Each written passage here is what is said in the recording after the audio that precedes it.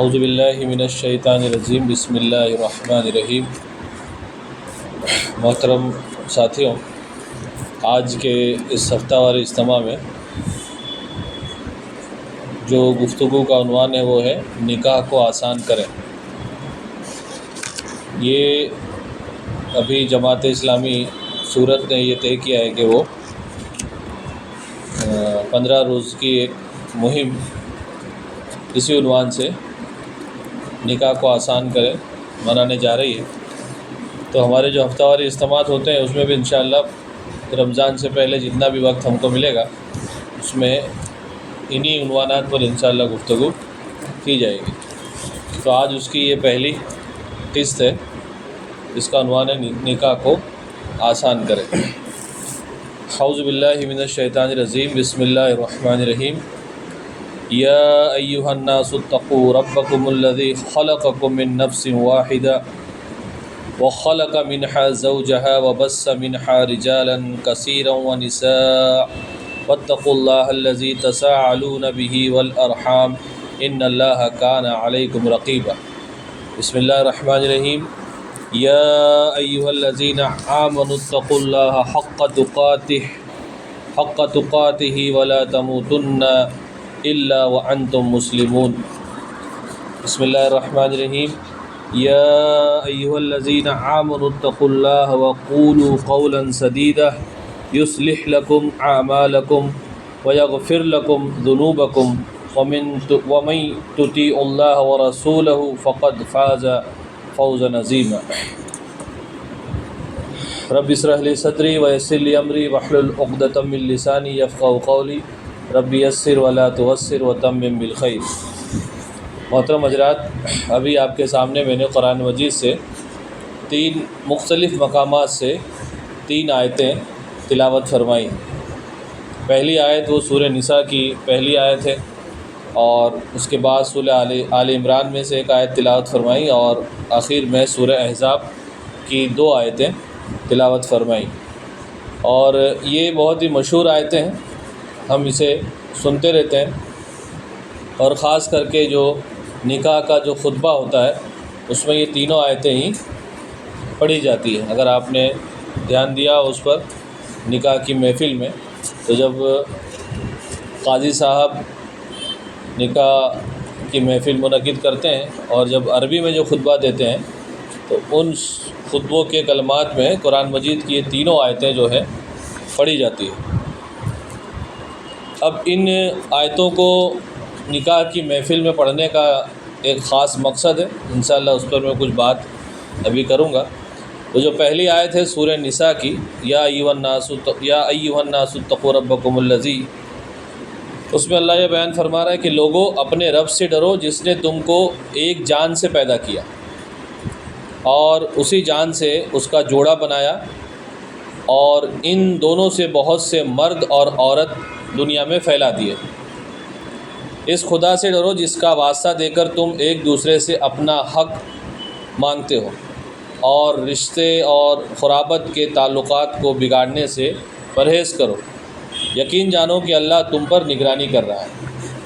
پھر سورہ آل عمران میں یا ایھا الذین آمنوا اتقوا اللہ حق تقاتہ ولا تموتن الا وانتم مسلمون، اس کا ترجمہ ہے کہ لوگوں جو ایمان لائے ہو، اللہ سے ڈرو جیسا کہ اس سے ڈرنے کا حق ہے، تم کو موت نہ آئے مگر اس حال میں کہ تم مسلم ہو۔ اور سورہ احزاب جو پڑھی، یا ایھا الذین آمنوا اتقوا اللہ وقولوا قولا سدیدا، کہ اے ایمان لانے والو اللہ سے ڈرو اور ٹھیک بات کیا کرو تاکہ اللہ تعالیٰ تمہارے کام سنوار دے اور تمہارے گناہ معاف فرما دے، اور جو بھی اللہ اور اس کے رسول کی تابع داری کرے گا اس نے بڑی مراد پالی۔ تو یہ 3 آیتیں اور اس کا ترجمہ میں نے آپ کے سامنے پیش کیا۔ ان تینوں آیتوں کو نکاح کے خطبے میں پڑھنے کا ایک خاص مقصد ہے۔ وہ مقصد اس کے ترجمے سے ہی واضح ہے، یعنی وہ مقصد یہ ہے کہ اصل یہ اگر آپ کو جاننا ہو کہ نکاح کا کیا مقصد ہے، تو نکاح کے مقاصد میں یہ جو آیتیں قرآن مجید کی وہ ہمیں رہنمائی کرتی ہیں۔ یعنی قرآن کی ان آیتوں میں نکاح کے موقع سے جو دو خاندان کے لوگ جمع ہوتے ہیں، ان دونوں خاندان کے لوگوں کو قرآن مجید کی ان 3 آیتوں میں اللہ تعالیٰ نے کل ملا کے 8 احکامات دیے ہیں۔ یعنی اب پہلا احکام کیا ہے اس میں، جیسا کہ ہم نے سورہ نساء میں دیکھا، اس کا ترجمہ ہے کہ ان دونوں سے بہت سے مرد اور عورت دنیا میں پھیلا دیے۔ تو نکاح کا جو پہلا مقصد ہے وہ یہ ہے کہ اللہ تعالیٰ انسانی وجود کو قائم رکھنا چاہتا ہے۔ انسانی سلسلے کو اللہ تعالیٰ اپنی منشا اور اس کی تقدیر کے مطابق تا قیامت باقی رکھنا چاہتا ہے۔ اس لیے اللہ تعالیٰ نے یہ حکم نازل فرمایا کہ اللہ تعالیٰ نے ایک جان سے پیدا کیا اور اسی جان سے جوڑے بنائے، یعنی مرد اور عورت بنائے اللہ تعالیٰ نے، اور پھر یہ بیان فرمایا کہ ان دونوں سے بہت سے مرد اور عورت دنیا میں پھیلا دیے۔ یعنی نکاح کے بعد میاں بیوی کے تعلق سے جو بچے پیدا ہوتے ہیں، یہ اس کا ایک مقصد بیان کیا کہ انسانی وجود کو اللہ تعالیٰ قائم رکھنا چاہتا ہے۔ تو نکاح کی محفل میں یہ خطبہ پڑھا جاتا ہے، تو اس کے مقصدوں میں سے ایک مقصد یہ ہے کہ انسانی نسل جو ہے وہ باقی رہے۔ دوسرا مقصد یہ ہے کہ اسی آیت میں ہے کہ تم ایک دوسرے سے اپنا حق مانگتے ہو۔ تو اللہ تعالیٰ کہہ رہا ہے کہ تم ایک دوسرے سے جو اپنا حق مانگتے ہو، یعنی نکاح کے بعد شوہر کا بیوی پر اور بیوی کا شوہر پر کچھ حق ہوتا ہے، نئی آنے والی دلہن کا اس کے نئے گھر میں کچھ حق ہوتا ہے، اس کے ماں باپ پر اس کا کچھ حق ہوتا ہے، وہاں دیگر اور جو لوگ ہوتے ہیں ان کے بھی ایک دوسرے کے اوپر کچھ نہ کچھ حقوق اور فرائض ضرور ہوتے ہیں جس کو شریعت نے واضح کیا ہے۔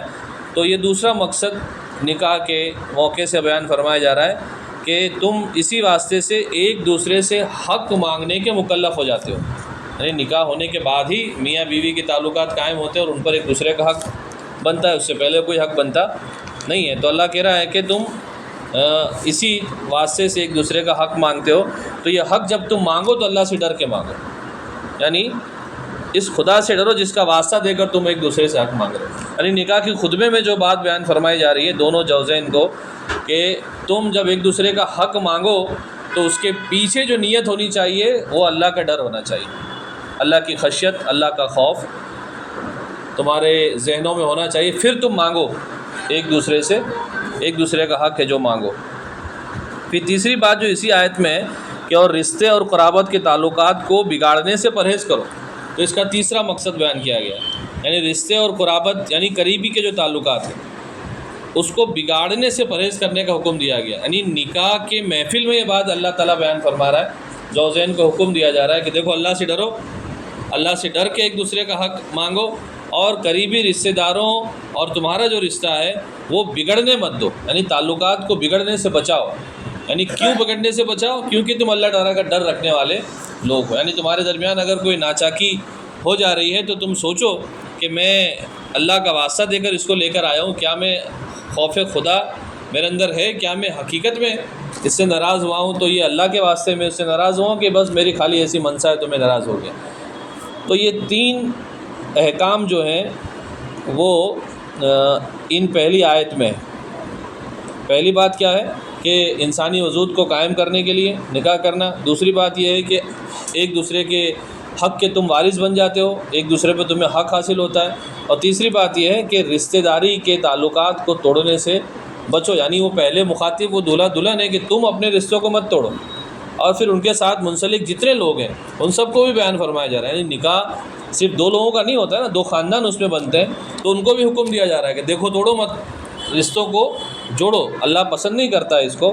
اور اس کے پیچھے جو وجہ بتائی جا رہی ہے وہ یہ بتائی جا رہی ہے کہ اللہ کا واسطہ ہے تمہیں اور اس خدا سے ڈر کر تم یہ کام کرو۔ یعنی پہلی ہی آیت میں جوزین کو کہا جا رہا ہے کہ دیکھو اللہ سے ڈرو، اللہ سے ڈرو، اللہ کا تقوی اختیار کرو۔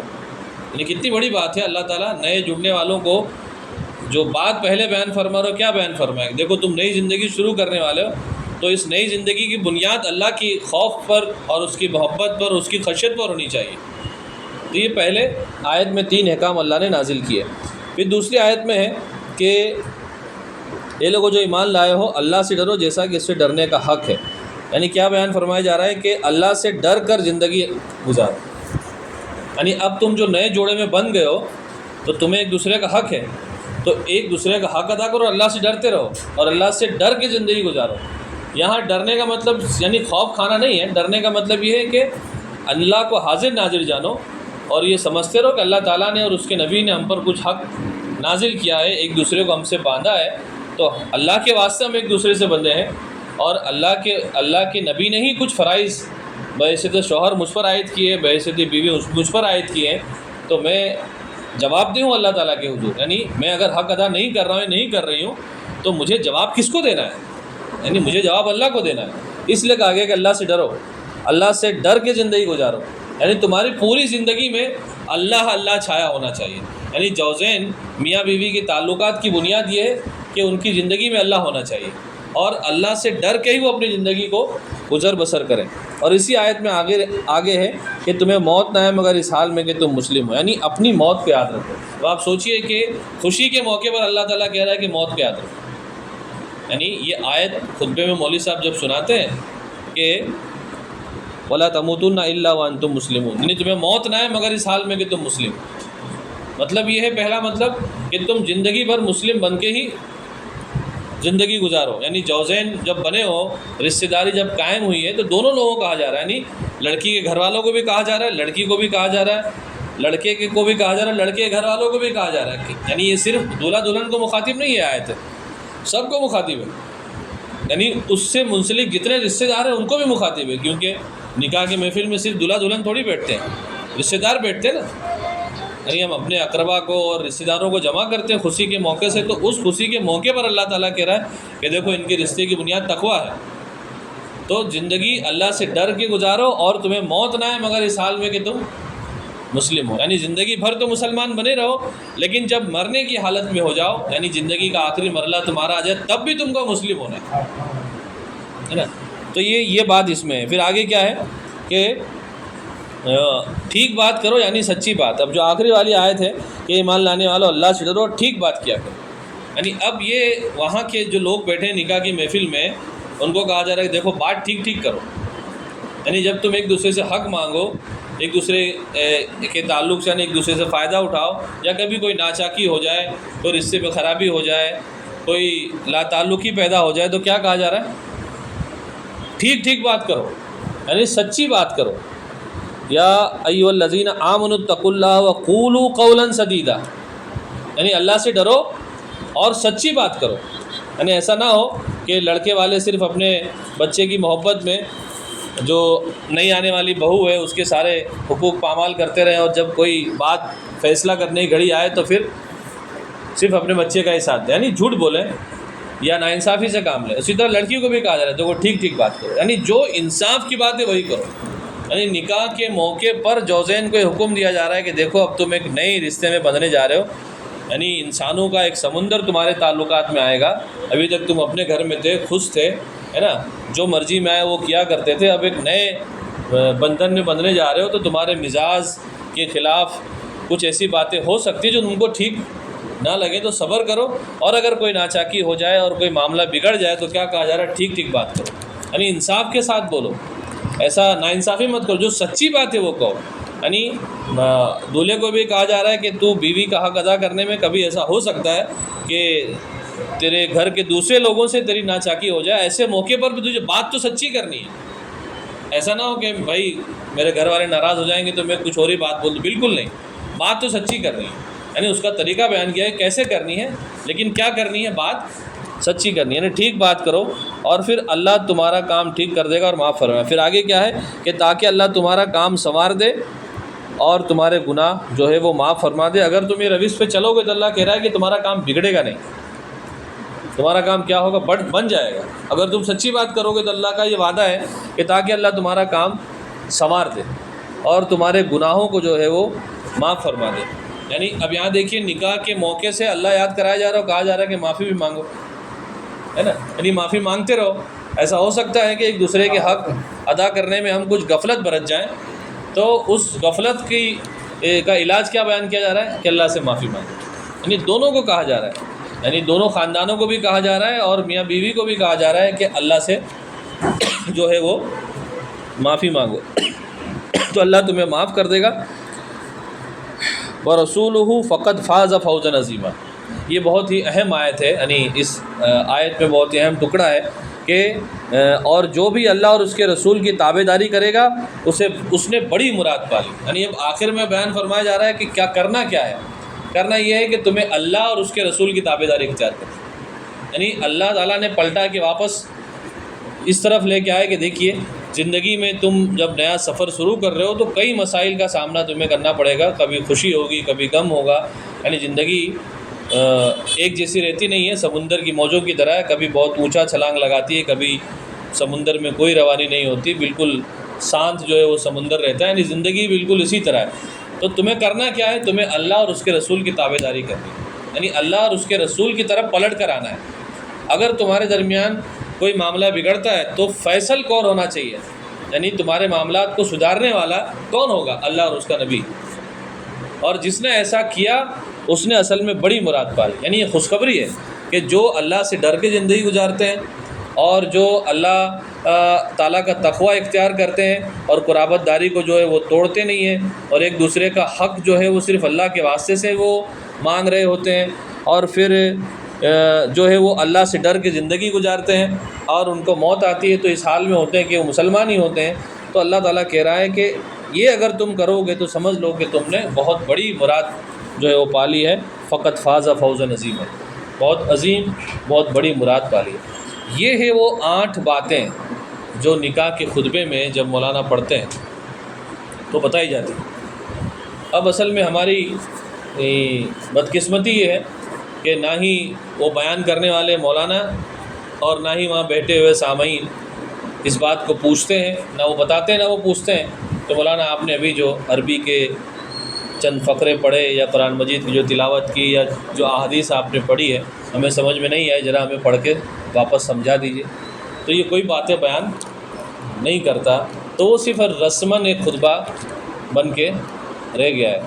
لیکن اگر ہم یعنی جو باتیں میں نے ابھی بیان کی اور اس کو اگر بیان کیا جانا شروع کر دیا جائے جمعہ میں اور خاص کر کے نکاح کے محفلوں میں، تو وہ جو بہت ساری خرابیاں اور برائیاں شادی کے درمیان اور پھر اس کے بعد خاندانوں کے بیچ میں پیدا ہو جاتی ہے اور جو لوگ ایک دوسرے کا حق ادا نہیں کرتے، تو اللہ کی ذات سے امید ہے کہ وہ سب معاملات آسان ہو جائیں گے. تو یہ ہے وہ نکاح کا مقصد جو قرآن مجید کی آیتوں میں بیان کیا گیا. رسول اللہ صلی اللہ علیہ وسلم نے بھی ایک حدیث میں نکاح کے مقصد پہ روشنی ڈالی ہے. اللہ کے نبی نے بیان فرمایا کہ اے نوجوانوں، تم میں سے جو شخص نکاح کی طاقت رکھتا ہو اسے نکاح کر لینا چاہیے. نکاح جو ہے وہ نظر کو نیچی رکھنے والا، شرمگاہ کو بچانے والا ہے، اور جسے طاقت نہ ہو وہ لازمی طور پر روزے رکھے، یہی اس کے لیے بہتر ہے. یہ بخاری میں حدیث آئی ہے.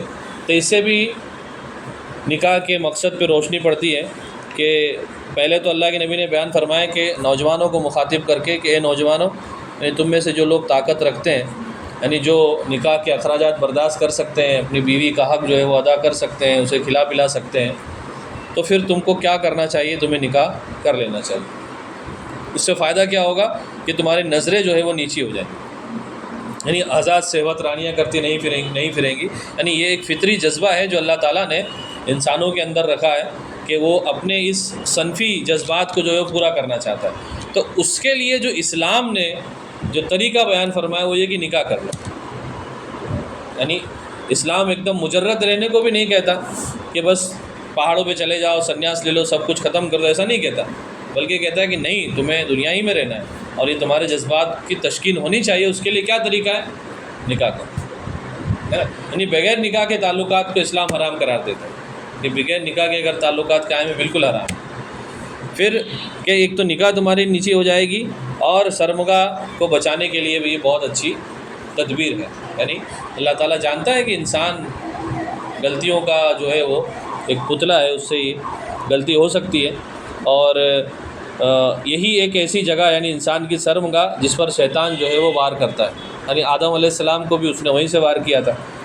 تو اللہ تعالیٰ اس پورے چیپٹر کو بند اس طرح کرتا ہے کہ تم شادی کر لو، نکاح کر لو گے تو نظریں تمہاری محفوظ ہو جائیں گی اور پھر تم جو ہے شرمگاہ کی حفاظت کرنے کے لائق بھی ہو جاؤ گے. اور اگر تم ایسا نہیں کر سکتے، تمہاری طاقت نہیں ہے، کہ تم ابھی اس کے اخراجات برداشت کر سکتے ہو، تو کیا اصول بتایا گیا کہ تم روزے رکھو۔ روزہ جو ہے وہ یعنی بھوک میں پیاس میں جب انسان رہتا ہے تو اپنے نفس کو جو ہے وہ قابو کیے رہتا ہے۔ اس کی بالکل عملی مثال ہم رمضان میں دیکھتے ہیں، انسان کا نفس جو ہے وہ ٹھنڈا ہو جاتا ہے، جذبات جو ہے وہ زائل ہو جاتے ہیں۔ تو نوجوانوں کے حکم دیا گیا کہ نکاح کرو، طاقت رکھتے ہو، اگر نہیں کر سکتے تو کیا کرو، روزے رکھو۔ تو یہ نکاح کا مقصد جو ہمیں حدیث سے معلوم پڑتا ہے۔ تو اب جو عنوان ہے اس پر اب کچھ بات کر لیتے ہیں، یعنی یہ تو میں نے آپ کے سامنے اس کے مقاصد پر روشنی ڈال دی۔ پھر اب نکاح کا کیا معیار اسلام دیتا ہے، یعنی نکاح کرنے کا معیار کیا ہے اسلام کے اندر، یعنی کیا دیکھ کر نکاح کیا جائے۔ تو اللہ کے رسول صلی اللہ علیہ وسلم کی ایک بہت ہی مشہور حدیث ہے جو بخاری اور مسلم دونوں میں ہے، یعنی اللہ کے نبی نے بیان فرمایا کہ عورت سے 4 چیزوں کی بنیاد پر نکاح کیا جاتا ہے۔ نمبر 1 اس کی جائیداد کی وجہ سے، یعنی اس کے مال کی وجہ سے۔ نمبر 2 اس کی خاندانی شرافت کی وجہ سے، یعنی اس کا حسب نسب دیکھا جائے اونچے خاندان کے ہیں۔ نمبر 3 اس کا حسن و جمال، یعنی اس کی خوبصورتی اس کے سبب۔ اور تیسرا کہ اس کی دینداری کی بنیاد پر۔ تم دیندار عورت کو حاصل کرو، یہ بات گرہ میں باندھ دو، یعنی بالکل باندھ کے رکھ لو۔ یعنی 4 چیزیں اللہ کے نبی نے بیان فرمائی، پھر کہا کہ تم دیندار کو پسند کرو، یعنی دین کی بنیاد پر نکاح کرو، تقوی کی بنیاد پر نکاح کرو۔ اور اس کے ساتھ ساتھ اگر یہ آگے کی 3-4 چیزیں مل جائیں تو بہت اچھی بات ہے، لیکن تمہاری جو ترجیحات ہے یعنی پرائرٹی جو ہونی چاہیے وہ پہلے کیا ہونا چاہیے، دینداری، اس کے بعد اس کی ساری چیزیں آتی ہیں۔ دینداری کی بنیاد پر شادی کرو۔ تو یہ تو عورتوں کے بارے میں۔ اسی طرح اللہ تعالیٰ نے مردوں کے بارے میں بیان فرمایا، اللہ کے رسول نے کہ رسول اللہ نے فرمایا کہ جب تمہارے پاس وہ آدمی نکاح کا پیغام لائے جس کے دین اور اخلاق کو تم پسند کرتے ہو، یعنی تمہارے پاس ایسا کوئی پیغام آیا جس کو تم جانتے ہو کہ دیندار ہے اور اس کے اخلاق بھی اچھے ہیں، تو اس سے اپنی لڑکی کا نکاح کر دو۔ اگر تم ایسا نہ کرو گے تو ملک میں فتنہ اور فساد پیدا ہوگا۔ یہ حدیث کی مختلف کتابوں میں روایتیں ترمذی، ابن ماجہ، مشکات وغیرہ میں آئی ہیں۔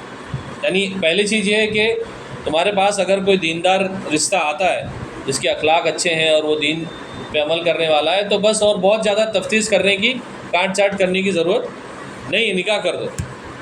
یعنی مرد کے لیے بھی وہی کرائٹیریا ہے اور عورت کے لیے وہی ہے کہ یعنی 4 چیزیں بتائی، کیا دیکھو تو دینداری کو پسند کیا، اور مرد کے لیے بھی ہے کہ اگر تمہارے پاس ایسا کوئی مرد کا نکاح کا رشتہ آتا ہے تو اسے فوراً قبول۔ اگر ایسا نہیں کرو گے تو کیا ہوگا، ایسا نہ کرنے کی وجہ سے ملک میں فتنہ اور فساد برپا ہو جائے۔ یعنی کیسے ہوگا فتنہ اور فساد برپا، یعنی سوچنے کی بات ہے نا، اللہ کے نبی نے کیوں فرمایا کہ فتنہ فساد برپا ہو جائے۔ یعنی آپ سوچئے اگر دینداری کو معیار نہ بنایا جائے اور اس کے علاوہ کے معیارات بن جائے تو نکاح ہونا نہ ہونا برابر، یعنی وہ خاندان چلے گا نہیں صحیح سے، ایک دوسرے کا حق ادا نہیں کریں گے وہ لوگ، ہے نا۔ ایک دوسرے کا جب حق ادا نہیں ہوتا ہے تو انسان گہری الجھن کا شکار رہتا ہے نا۔ خاندان بنتے نہیں، خاندان بگڑتے ہیں، مار جھاڑ، فساد، فتنہ، بے چینی، بد اخلاقی، اس طرح کی جو بیماریاں ہیں اس کیا ہو جائے گی، سماج میں عام ہو جائے گی۔ تو اس لیے کہا گیا کہ ملک میں فساد برپا نہ کرو۔ تو یہ ہے نکاح کا معیار جو اسلام پسند کرتا ہے۔ پھر اب یہ سوال ہے کہ نکاح کو آسان کیسے بنایا جائے، تو اس میں کچھ چیزیں ہمیں خیال رکھنی چاہیے۔ پہلی چیز یہ ہے کہ نکاح کو آسان بنانے میں کہ فضول خرچی سے بچا جائے۔ اب فضول خرچی کے تعلق سے قرآن مجید بھی ہمیں ہدایت کرتا ہے۔ قرآن مجید میں سورہ بنی اسرائیل میں ہم پڑھیں گے تو سورہ بنی اسرائیل کی آیت نمبر جو 27 ہے اس میں اللہ تعالیٰ بیان فرما رہا ہے کہ بے جا خرچ کرنے والے شیطانوں کے بھائی ہیں اور شیطان اپنے پروردگار کا بڑا ہی ناشکر ہے۔ یعنی یہ قرآن مجید کی آیت ہے۔ فضول خرچی کرنے والے کیا ہے، اللہ تعالیٰ نے کہا کہ وہ شیطان کے ہم پلہ ہیں، شیطان کے بھائی ہیں جو فضول خرچی کرتے ہیں۔ یعنی اب ہر انسان یہ طے کر سکتا ہے اور انسان کو معلوم ہی ہوتا ہے کہ اس نے کیا فضول خرچی کی ہے۔ یعنی یہاں کوئی حساب لگانے کی بات نہیں ہے، لیکن ہر فرد چاہے وہ غریب ہو کہ درمیانی طبقے کا ہو یا امیر ہو، اس کے بعد معلوم ہی ہوتی ہے کہ میں نے ابھی جو خرچ کیا ہے اس میں اصل خرچ کیا ہے اور فضول خرچ کیا ہے۔ یعنی وہ اپنا بجٹ خود لگا سکتا ہے کہ میں نے کیا کیا۔ اگر اس نے ایسا کیا ہے تو کہا جا رہا ہے کہ وہ شیطان کا بھائی ہے اور شیطان اپنے پروردگار کا بڑا ہی ناشکر ہے۔ یعنی شیطان سے جو مشابہت کی گئی ہے وہ کس وجہ سے، اس کی وجہ یہ ہے کہ وہ متکبر ہے، وہ تکبر کرتا ہے۔ یعنی آدم اور ابلیس کا جو واقعہ پیش آیا اس میں بھی بات یہی ہے نا. اللہ تعالیٰ نے پوچھا کہ بتا تجھے کس چیز نے میرے آگے سجدہ کرنے سے، یعنی آدم کے آگے میرے حکم ماننے سے کس چیز نے تجھے روک دیا؟ ٹھیک ہے، اس نے کبر کیا، تکبر کیا کہ میں تو آگ سے بنا ہوا، یہ تو مٹی سے بنا ہوا. تو یعنی جو کبر ہے یہ فضول خرچی کی بنیاد بنتا ہے. تکبر کی بنیاد ہی پر آپ دیکھتے ہیں نا، جب مکہ میں جو حاجیوں کو کھلانے پلانے کی جو ایک ریس لگی ہوئی تھی، دونوں خاندان کے لوگ جب ریس لگا رہے تھے تو یہی تھا انہوں نے، تم نے کتنے، بنو امیہ نے کتنے ذبح کیے؟ بولے 100 کیے. تو بنو ہاشم کتنے کریں گے؟ 101 کریں گے. یہ کس لیے کہ لوگ بولیں گے ہاں دیکھو کتنے کی دعوت کی، 101 لوگ اونٹ قربان کیے. بس وہ اسی طرح حریفائی کیا کرتے تھے. اچھا ابھی کتنے لوگوں کو تم لوگوں نے کتنے جانور قربان ہے؟ 400 قربان ہے. اچھا ہم 500 کریں گے، ہم کم تھوڑی ہیں تم سے. یعنی وہ باقاعدہ اس کا اظہار کرتے تھے. تو یہ کیا ہے؟ یعنی فضول خرچی کیا کر رہی ہے؟ انسان کو متکبر بنا رہی ہے، یعنی کبر کی بنیاد ہی پر وہ کر رہا ہے. تو اللہ تعالیٰ کہہ رہا ہے کہ فضول خرچی کرنے والوں کو اللہ پسند نہیں کرتا، کیونکہ وہ شیطان کے بھائی، اور شیطان کیا ہے؟ کبر کرنے والا ہے. پھر اللہ کے نبی صلی اللہ علیہ وسلم نے بھی حدیث میں بیان فرمایا کہ کھاؤ پیو اور صدقہ کرو اور پہنو بھی، جب تک اس میں فضول خرچی یا تکبر کی آمیزش نہ ہو جائے. یعنی کھانے پینے سے، انجوائے کرنے سے اور زندگی اچھی سے گزارنے سے اسلام منع نہیں کرتا ہے. اچھے سے کھاؤ پیو رہو پہنو، لیکن کیا کہہ رہا ہے اللہ تعالیٰ کہ جب تک اس میں فضول خرچی یا تکبر آمیزش یعنی ملاوٹ نہ ہو جائے تب تک تم کر سکتے ہو. لیکن اگر تم نے تکبر کی بنیاد پہ یہ سب کیا ہے تو پھر یہ کبر ہو گیا، اور کبر کرنے والا شیطان کا ہم پلہ ہوتا ہے. تو فضول خرچی سے بچنے کو حکم دیا گیا. تو نکاح کو اگر آسان کرنا ہے تو پہلی اس کی سبق کیا ہے؟ فضول خرچی سے بچنا ہے. پھر نکاح میں آسانی پیدا کرنا، اس کو آسان کرنا. اللہ کے نبی نے فرمایا کہ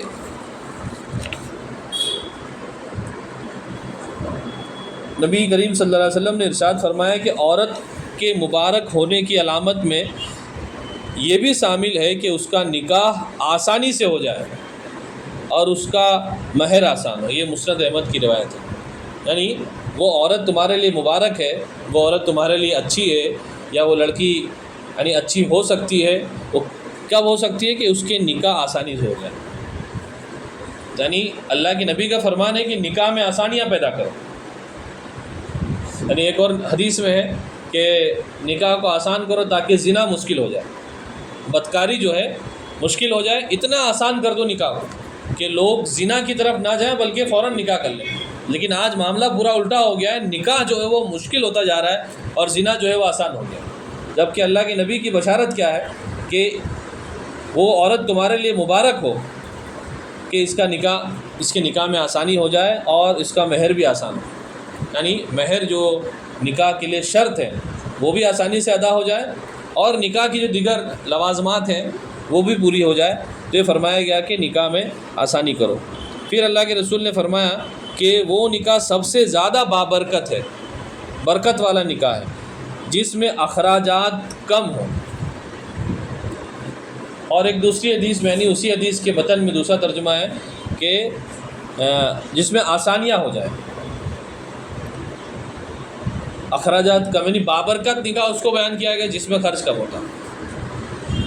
یعنی اب اس کی صحت پہ کچھ لوگوں نے کلام کیا ہے کہ یہ ضعیف حدیث ہے، لیکن یہ اسلامی نکاح کے اصولوں سے بالکل مطابقت رکھتی ہے، اس لیے اس کو بیان کیا جا سکتا ہے کہ نکاح میں آسانی پیدا کرو اور کم خرچ کرو. تو کہا گیا کہ بابرکت نکاح وہ ہوگا جس میں خرچ جو ہے وہ کم کیا جائے گا. تو تیسری بات یہ ہے کہ نکاح میں آسانی پیدا کرو. اب چوتھی بات نکاح کو آسان کرنے کے لیے کہ جو بیجا رسومات منائی جا رہی ہیں اس سے ہمیں بچنا چاہیے. اللہ کے نبی صلی اللہ علیہ وسلم نے بیان فرمایا کہ نکاح میرا طریقہ ہے، یعنی میری سنت ہے. ہم سنتے نا نکاح من سنتی، نکاح میری سنت ہے، اور جو شخص میرے طریقے پر عمل نہیں کرتا اس کا مجھ سے کوئی تعلق نہیں. یعنی نکاح میری سنت ہے، کہا گیا کہ نکاح کرو، یعنی میرے طریقے پر نکاح کرو. جو شخص میرے طریقے پر عمل نہیں کرتا، کیا مطلب ہے؟ مطلب یہ ہے کہ نکاح نہیں کرتا. یعنی کچھ لوگوں نے ایسا بھی مزاج بنا لیا تھا اللہ کے نبی صلی اللہ علیہ وسلم کے زمانے میں مدینہ میں کہ انہوں نے کہا کہ یعنی کچھ ایک گروپ آیا اللہ کے نبی کے پاس اور پوچھا حضرت عائشہ صدیقہ رضی اللہ تعالیٰ عنہ سے کہ اللہ کے نبی کے بارے میں بیان فرمائی، تو اللہ انہوں نے بیان فرمائے کہ اللہ کے نبی کی جو خصوصیات تھی وہ سب بیان فرمائی۔ تو لوگ یہ بولتے ہوئے نکلے کہ میں اب رات رات بھر نماز پڑھوں گا، کسی نے کہا میں اب روزے رکھوں گا، کسی نے کہا میں تو نکاح ہی نہیں کروں گا۔ تو اللہ کے نبی کو جب یہ بات معلوم ہوئی تو اللہ کے نبی نے ان سب کو بھیجا کہ بلا کے لاؤ، پھر بیان فرمایا کہ دیکھو میں روزے بھی رکھتا ہوں، میں کھاتا بھی ہوں، میں رات کو نماز بھی پڑھتا ہوں، میں سوتا بھی ہوں، اور میں نکاح بھی کرتا ہوں۔ یعنی نکاح نہ کرنے کو دین اسلام نے پسند نہیں فرمایا کہ نکاح کرو۔ اب کیسے نکاح کرو کہ میرے طریقے پر عمل کرتے ہوئے نکاح کرو۔ تو اب مسلمانوں کو دیکھنا پڑے گا نا کہ اللہ کے رسول کا طریقہ کیا نکاح کرنے کا، اور اگر کوئی ایسا نہیں کرتا تو کہا گیا کہ مجھ سے اس کا کوئی تعلق نہیں۔ یعنی اس کا مطلب تو یہ ہے کہ جو نکاح نہیں کرتا اس سے میرا کوئی تعلق نہیں، یعنی جو یہ جانتے ہوئے کہ اللہ کے نبی نے پسند فرمایا ہے اور حکم دیا ہے کہ نکاح کر لو اگر تم طاقت رکھتے ہو، پھر بھی وہ نہ کرے صرف اس بنیاد پر کہ نہیں میں تو بڑا متقی پرہیزگار ہوں، میں تو اپنی خواہشات کو قابو میں کر سکتا ہوں، تو یہ کہا گیا کہ تو ہمارے میں سے نہیں ہو۔ ایسا مجاہدہ اللہ تعالیٰ کو پسند نہیں ہے۔ اور کوئی یہ کہے کہ نہیں بس میں نہیں کرنا چاہتا ہوں، میرا میلان نہیں ہے، میرا مزاج نہیں، تو بھی پسند ہی فرمائے گا نہیں نکاح تو تم کو کرنا ہے، اگر تم طاقت رکھتے ہو تو نکاح کر لو۔ اور تیسری بات اس سے معلوم پڑتی ہے کہ جس طرح اللہ کے نبی نے نکاح کیا اس طرح سے نکاح کرنے کا جو ہے وہ حکم دیا گیا۔ اب وہ کیا بیجا رسومات ہیں جو ہمارے سماج میں آج پنپ رہی ہیں وہ ہم کچھ دیکھ لیتے ہیں۔ یعنی دہیج، جس کا یعنی نکاح سے کوئی تعلق نہیں، وہ آج ایک ناگزیر حصہ بنا ہوا ہے شادی کا، اس کا کوئی تعلق نہیں ہے۔ یعنی آپ کو صحابہ اور اس کے بعد کے دور اور پھر یعنی کئی صدیوں تک نہیں ملے گا۔ یہ تو بر صغیر یعنی ہند و پاک میں آنے کے بعد یہاں کے لوگوں کے رسم و رواج کی جو یہ دین ہے اور ان کا کرم ہے کہ مسلمانوں نے بھی اس بات کو اپنا لیا کہ نہیں ہم بھی کیا کریں گے، دہیج کی لین دین شروع کریں گے۔ تو یہ ہے پہلی چیز دہیج۔ پھر جو بڑی بڑی باراتیں کا رواج ہو گیا ہے، اسلام نے اس کو بھی پسند نہیں فرمایا۔ یعنی نکاح ایسے جیسے نکاح ہوئے ہیں، عبد الرحمن بن عوف کا نکاح تو بہت مشہور ہے۔ یعنی جب اللہ کے نبی صلی اللہ علیہ وسلم نے ان کو تھوڑا خوش دیکھا، یعنی حساس بساس تھے اور ان کے کپڑوں سے اور ان کے چہرے سے خوشی جھلک رہی تھی، تو اللہ کے نبی پہچان گئے۔ انہوں نے پوچھا کہ عبد الرحمن کیا تمہارا نکاح ہو گیا؟ تو کہا کہ یا رسول اللہ میں نے انصار کی ایک لڑکی سے نکاح کیا ہوا ہے۔ تو اللہ کے نبی نے پھر ان سے پوچھا کہ کتنا مہر تم نے دیا؟ تو انہوں نے کہا کہ ایک گٹھلی کے برابر سونے کی مقدار میں نے مہر میں دی۔ پھر اللہ کے نبی نے بیان فرمایا کہ ٹھیک ہے ولیمہ کرو، خواہ ایک بکری ہی کیوں نہ۔ تو آپ سوچیے کتنا آسانی کے ساتھ نکاح ہوا ہے۔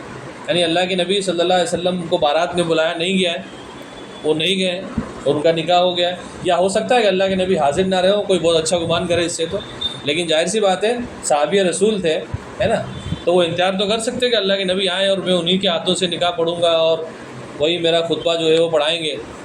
یعنی آج جو اتنا تام جام اہتمام کیا جاتا ہے، فلانا مولوی صاحب کو بلا کے لاؤ، وہ آئیں گے تبھی نکاح ہوگا، تو نہیں ہوگا۔ اللہ کے نبی صلی اللہ علیہ وسلم کا پہلا جو نکاح تھا ان کے چچا نے پڑھ لیا۔ دو خاندان کے کچھ لوگ جمع ہوئے، تاریخ طے ہوگی، ہم لوگ آ رہے ہیں، اور پہنچے اور نکاح پڑھا دیا۔ یعنی مسلمانوں نے جنگوں میں نکاح کیے ہیں، تو اتنا آسان ہے۔ تو یہ ہے کہ بے مطلب کی جو بڑی بڑی باراتیں جا رہی ہیں وہ ایک بیجا رسم ہے، پھر اس سے بے پردگی ہو رہی ہے۔ اس کے بعد آپ دیکھیے کہ جو ناچ گانا کیا جا رہا ہے، ڈی جے بجایا جا رہا ہے نا، یعنی خوشی کے نام پر شیطان کی پرستش کی جا رہی ہے، تو اس کا بھی اسلام سے کوئی لینا دینا نہیں ہے۔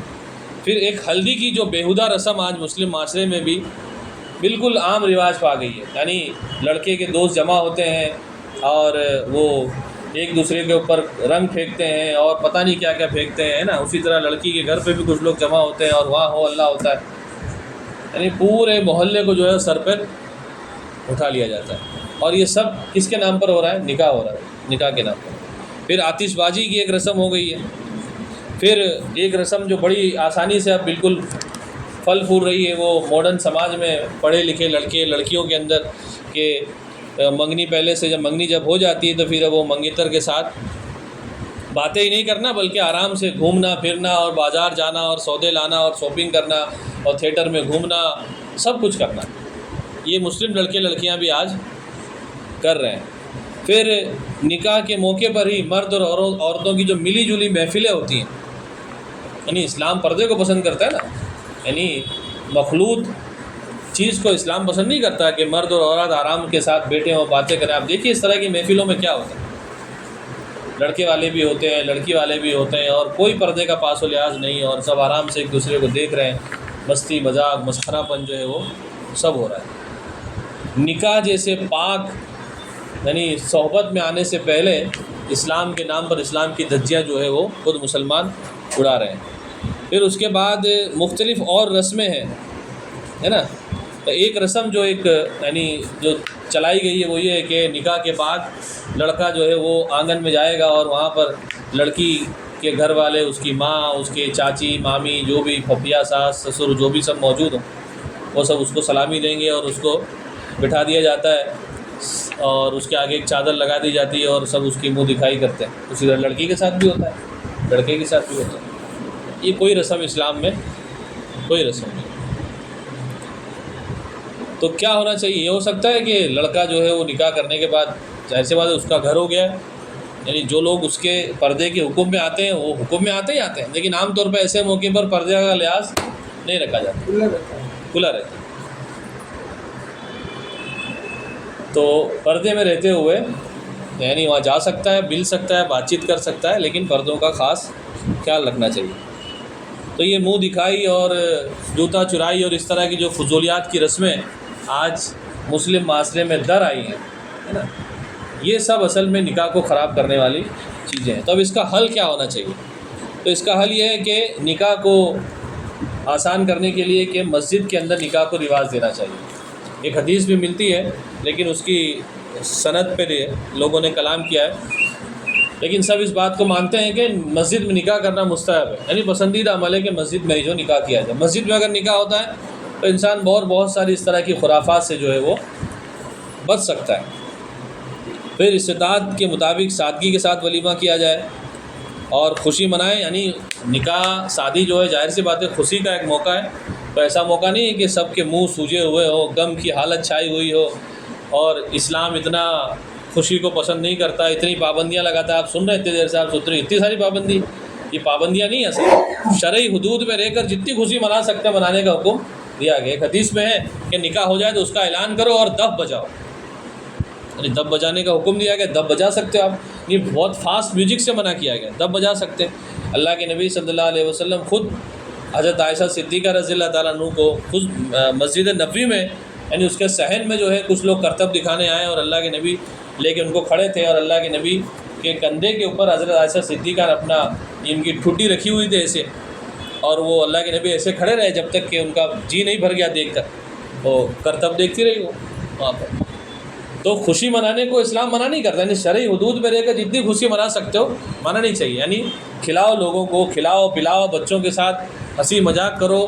گھر کے رشتہ دار بھائی بہن بڑے سب جمع ہوتے ہیں تو کوئی اچھے سے کلمات پڑھے، نغمات گائے، ہے نا، اللہ کا ذکر ہو، یاد کیا جائے، رسول اللہ کی نعت پڑھی جائے، اچھے اشعار پڑھے جائیں اور ایسے گانے ترانے جس میں کوئی شرکیہ کلمات نہ ہو، کوئی بےہودگی نہ ہو، اس کو پڑھا جائے. اسلام بالکل منع نہیں کرتا. یعنی گھر میں خوشی کا ماحول ہونا چاہیے، لیکن اس خوشی کے ماحول کو یعنی شرعی حدود میں رہ کے کرنا ہے. خوشی کر کے بےہودگی پھیلانا اسلام اس کو پسند نہیں کرتا. پھر فضول خرچی سے بچنا یہ اس کا علاج ہے.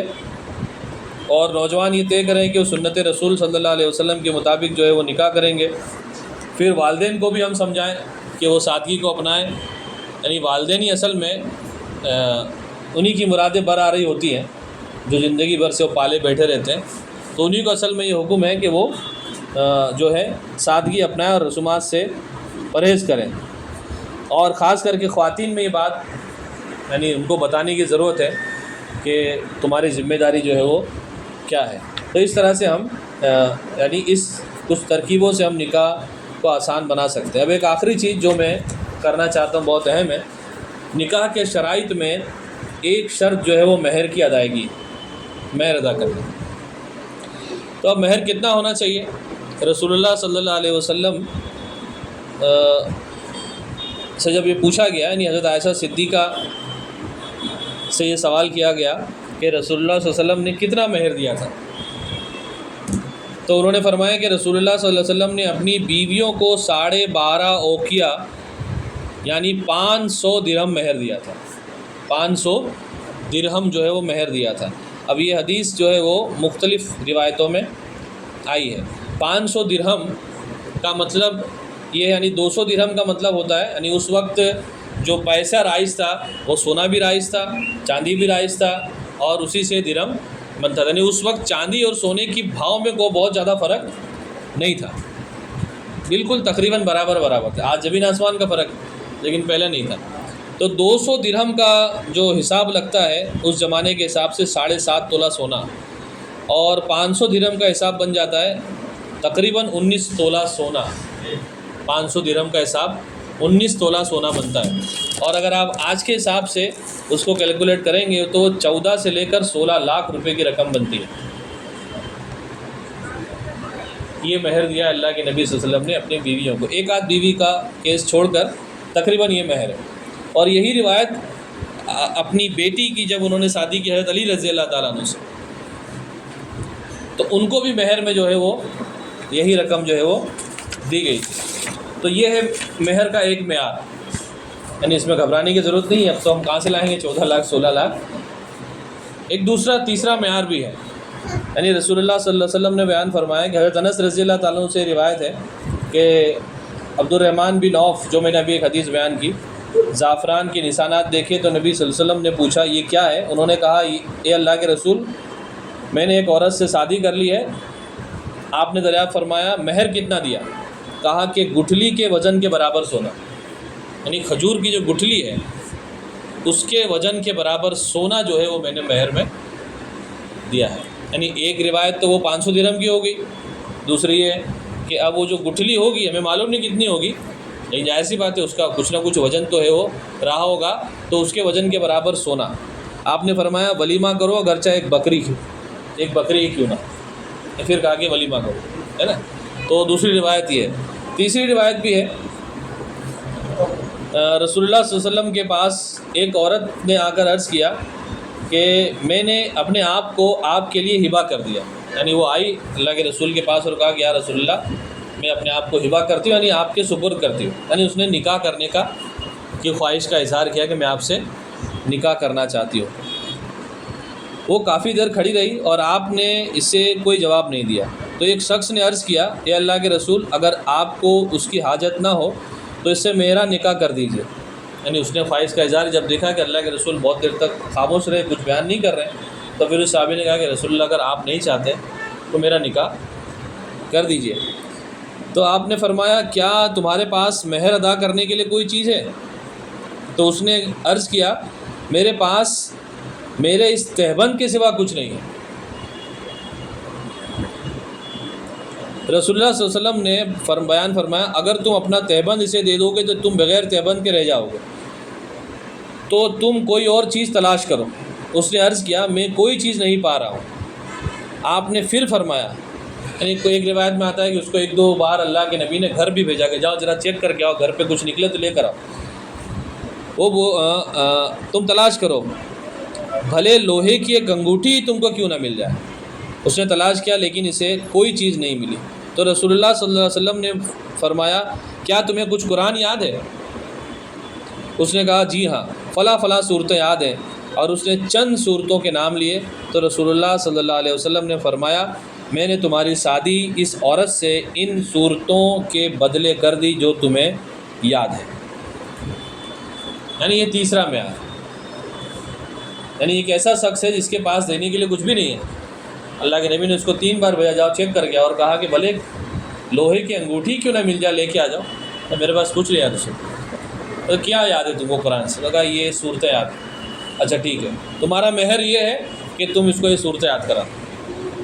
قرآن کی صورتوں کو بطور مہر اللہ کے نبی نے رکھا۔ یعنی 3 معیارات ہمارے پاس آ گئے۔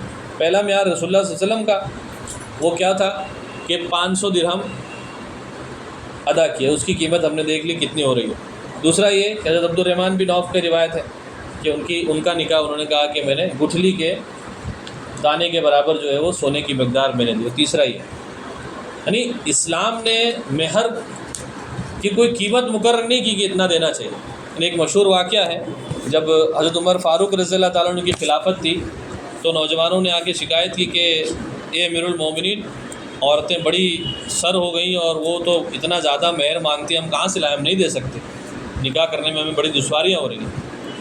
تو حضرت عمر فاروق نے خطبہ دیا اور لوگوں کو جمع کیا، بیان فرمایا کہ انہوں نے ایک مہر مقرر کر دیا کہ اتنا ہی مہر ہونا چاہیے، اگر کسی نے اس سے زیادہ لیا تو وہ سارا مال جو ہے وہ میں اس سے لے لوں گا اور بیت المال میں جمع کر دوں گا۔ ظاہر سی بات ہے ان کے آگے کسی کو بولنے کی ہمت نہیں، لیکن ایک بوڑھی خاتون کھڑی اور اس نے کہا کہ عمر تو نے بہت غلط بات کہی۔ قرآن کی ایک آیت انہوں نے پڑھی جس میں عورتوں کا حق ادا دیا گیا ہے کہ وہ تم چاہو جتنا مہر لے سکتے ہو، اللہ نے کوئی حد مقرر نہیں کی ہے، بس یہ کہا ہے کہ دونوں باہمی مشاورت سے طے کر لیں۔ تو حضرت عمر فاروق پھر رکے، انہوں نے کہا کہ بڑھیا صحیح کہتی ہے، عمر غلط کہتا ہے، اور انہوں نے اپنا فتویٰ واپس لے لیا کہ نہیں، میں نے جو پہلی بات کہی وہ رد ہو گئی، اور لیکن یہ تلقین ضرور کی کہ آسانیاں کرو، ہے نا۔ تو آپ دیکھتے ہیں کہ دین اسلام نے مہر کی کوئی مقدار اس طرح سے مقرر نہیں کی، لیکن نکاح جو ہے کیونکہ ایک معاہدہ ہے، جب کوئی جوزین نکاح میں بنتے ہیں تو وہ قول و قرار کرتے نا، تو یعنی ایک سوشل کانٹریکٹ ہے جو دو لوگوں کے بیچ میں ہوتا ہے، تو پسند یہی کیا گیا ہے کہ مہر کی ایک مقدار ہونی چاہیے۔ اب 1000 2000 500 786 1101 101 کیا مہر ہے آج کے زمانے میں؟ کیا ہے؟ یعنی اگر کوئی مرد کے اوپر بندش لگانی ہو کہ بھائی وہ ڈرے طلاق دینے سے تو وہ ڈرے گا؟ نہیں ڈرے گا۔ یعنی مہر کی اتنی مقدار مقرر، شریعت کا ایک قانون یہ بھی ہے کہ وہ طلاق دینے سے ڈرے، اس کو ڈر ہو کہ میرا مال جو ہے وہ ضائع ہو جائے گا، تو اتنا دیا ہوگا تو اس کو ڈر ہوگا نا، اگر اتنا نہیں دیا ہے تو کیا ڈرے اس کو؟ تو اس کو پسند نہیں بیان فرمایا گیا۔ دوسری طریقے سے آپ دیکھیے کہ مسلمان مہر تو کم رکھ رہے ہیں، لیکن اس کے سامنے جو خرچ کر رہے ہیں وہ کیا ہے؟ دیکھیے اتنی بڑی بڑی دعوتیں کرنا ہے نا، اور پورے گھر والوں کے لیے اخراجات کرنا، ان کے کپڑے لتے کا اہتمام کرنا، گھر والے نہیں، چاچا چاچی ماما مامی نے، پھوپھا پھوپھی، دور والے نے، پاس والے، ان کو دینا پڑے گا، ان کو دینا پڑے گا، کتنے رشتے کھلتے ہیں، کتنے اخراجات ہیں ایک شادی کے اندر۔ یعنی ایک طرف مہر کتنا ہے، کچھ بھی نہیں ہے، معمولی ہے، اور اس کے سامنے جو شادی کے اخراجات آپ دیکھیے، زمین آسمان کا فرق ہے۔ یعنی اگر شادی میں 5 لاکھ روپیہ خرچہ ہو رہا ہے، مہر کتنا ہے؟ 5000 روپے۔ اس سے کیا ہی اچھا ہو کہ ایک رقم جو ہے وہ اس بچی کو دے دی جائے کہ تم اس کی مالک ہو، ہے نا۔ ظاہر سی بات ہے نکاح ہونے کے بعد میاں بیوی کا رشتہ پیار محبت پہ ٹکا ہوا ہے نا، تو اس کی مالک وہی نہیں رہتی، اس کا شوہر بھی ہو جاتا ہے۔ یعنی اب ظاہر سی بات ہے پیسے کی محبت تو اسلام نہیں چاہتا نا، لیکن وہ پیسہ ان کے کام آ جائے ایسا کوئی انتظام کرنا ہی اصل میں عقل مندی ہے، لیکن بس کھلا دینا۔ جس کے پاس نہیں ہے وہ قرض لے کے کر رہا ہے، جس کے پاس ہے وہ بس ایسے لٹا رہا ہے۔ یعنی قرض لے لے کر، سود پر پیسے لا کر لوگوں کو کھلایا جا رہا ہے۔ بس اتنا تو ہونا ہی ہے، بارات اتنی تو آنی ہے، یہ نہیں ہوگا تو یہ نہیں چلے گا۔ جبکہ اسلام چاہتا ہے کہ نکاح تمہارا کیا ہو جائے، آسان ہو جائے۔ یعنی نکاح ایسے بھی ہو سکتا ہے کہ بس گھر پہ معلوم ہے اور 2 گواہان اگر حاضر ہیں تو کوئی نکاح پڑھا تو نکاح ہو جائے۔ یعنی اس سے آج کے زمانے میں تو ظاہر سی بات ہے اب ماڈرن زمانہ آ گیا ہے، سالوں پہلے نکاح جو ہے وہ طے ہو جاتے ہیں اور اس کی تیاریاں جو ہیں وہ چلتی ہیں، مانو کہ زندگی اور موت کا فیصلہ ہونے جا رہا ہے، نکاح نہیں ہے، زندگی اور موت کا فیصلہ ہے۔ تو یہ کچھ تعلیمات ہیں اسلام کی، اور اس کے مقابلے میں ہم دیکھیں کہ کچھ تعلیمات ہیں جو ہم نے اپنے من سے بنائی ہوئی ہے، من گڑت، جس کا اسلام سے دور دور کا کوئی ناطہ نہیں۔ اگر ہم صرف نکاح میں ہونے والے فضول اخراجات پر ہی قابو پا لیں تو مسلمانوں کے اور جو بہت سارے مسائل ہیں، ان کی تعلیم کا مسئلہ، ان کے صحت کا مسئلہ، ان کے محلوں کی صفائی کا مسئلہ ہے نا، ان کے وہاں جو طلاق شدہ عورتیں ہیں، جو بیوہ عورتیں ہیں، ان کے رہنے کھانے پینے کے مسائل، یعنی ابھی تو آپ دیکھیے جو جوانی کے عالم میں جو بچیاں طلاق شدہ ہو جاتی ہیں یا جن کے شوہر مر جاتے ہیں، جو بیوہ ہو جاتی ہیں، ان کی شادی کرانے کا تو کوئی رواج ہی نہیں ہمارے وہاں، اس کو تو عیب سمجھا جا رہا ہے۔ یعنی وہ پھر اپنے بچے کو دھوتی بس وہ کہیں بھی مزدوری کر رہی ہو، کچھ بھی کر رہی ہو، کوئی نظام کوئی نظم مسلمانوں نے بنائے نہیں، اتنی فضول خرچی اس کے اندر ہے۔ اگر اسی ان اخراجات کو بچا لیا جائے تو دیکھیے کتنے سارے کام، یعنی جو بے روزگار ان کو روزگار مل سکتا ہے نا۔ یعنی جب ہم 10 لاکھ روپیہ شادی پہ خرچہ کرتے رہے، صرف 10 یعنی 500-700 لوگوں کا جمع کرے کھلانے پلانے میں اور چند روپئے سونا چاندی دینے میں اور گاڑی گھوڑا دینے میں، کیا ہے یہ؟ یعنی مجموعی طور پر پوری ملت کا جو اثاثہ اور سرمایہ ہے کتنا ضائع ہو رہا ہے، اس کا کوئی احساس اور خیال نہیں ہے۔ یعنی شادی جیسی انسٹیٹیوشن کو مسلمانوں نے کمرشلائز کر دیا، یعنی اس کو دھندے روزگار کا ایک ذریعہ بنا لیا، اور اس کی برکتوں سے جو ہے آج وہ بالکل محروم ہو گئے۔ تو یہ کچھ باتیں تھیں جو مجھے آج اس عنوان سے کرنی تھی۔ اللہ تعالیٰ سے دعا ہے کہ اللہ تعالیٰ مجھے بھی اور آپ سب لوگوں کو ان باتوں کو اور مزید سوچنے کی اور اس پر عمل کرنے کی توفیق عطا فرمائے، اور جو باتیں ہم نے سنی ہیں وہ دیگر لوگوں تک پہنچانے کی بھی ہمیں توفیق عطا فرمائے۔ ربنا تقبل منا انک انت السمیع العلیم وتب علینا انک انت التواب الرحیم، آمین برحمتک یا ارحم الراحمین۔